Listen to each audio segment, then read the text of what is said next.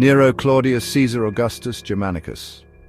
A name etched in history, not for glory but for infamy. Born in 37 AD, Nero's path to power was paved with blood. His mother, Agrippina the Younger, was a woman of ambition. She orchestrated her way into Roman politics, securing the throne for her young son. Nero became emperor at just 17, a teenager thrust into absolute power.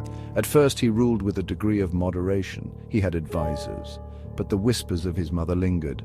Her influence, her ambition cast a long shadow. Nero, however, was no puppet.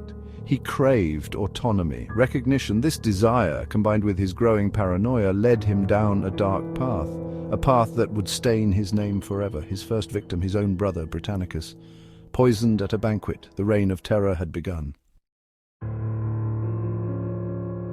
Power corrupts, absolute power corrupts absolutely.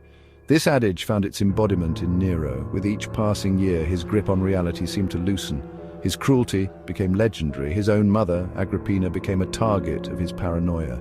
He tried to have her assassinated, eventually ordering her death in a fit of rage. Nero's eccentricities became more pronounced. He fancied himself an artist, a musician. He indulged in lavish spectacles and artistic pursuits, all while Rome burned, both figuratively and literally. His people suffered under his oppressive rule. Their emperor, lost in a world of his own making, stories of his cruelty spread like wildfire.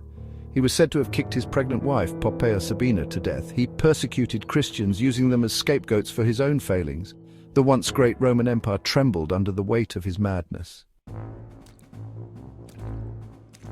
In 64 AD, disaster struck Rome. A fire erupted, engulfing the city in flames. For 6 days and 7 nights, the blaze raged, consuming homes, temples, and lives.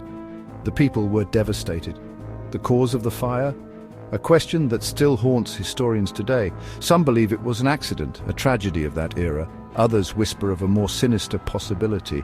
Rumors circulated that Nero, obsessed with rebuilding Rome in his own image, had orchestrated the inferno.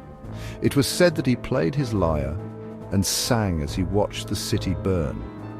While the truth remains elusive, the fire became a turning point in Nero's reign. It exposed the fragility of his rule. The people, already suffering, saw the fire as a symbol of his indifference. The whispers of discontent grew louder. The seeds of rebellion were sown.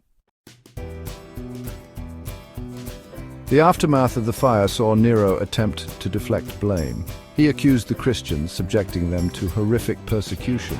But his efforts to control the narrative failed. The Roman Senate, once cowed by his tyranny, began to stir. They declared him a public enemy. Abandoned and facing imminent capture, Nero chose to take his own life. He died at the age of 30, his reign a cautionary tale of unchecked power. With his death, the Julio-Claudian dynasty came to an end, plunging Rome into a period of civil war. Nero's legacy is complex. He was a tyrant responsible for unimaginable cruelty. Yet he was also a product of his time, a ruler shaped by the excesses and intrigues of the Roman court. History remembers him as a monster, but perhaps there was more to the man than the legend. One thing is certain, Nero's reign serves as a stark reminder of the seductive nature of power and the devastating consequences of its abuse.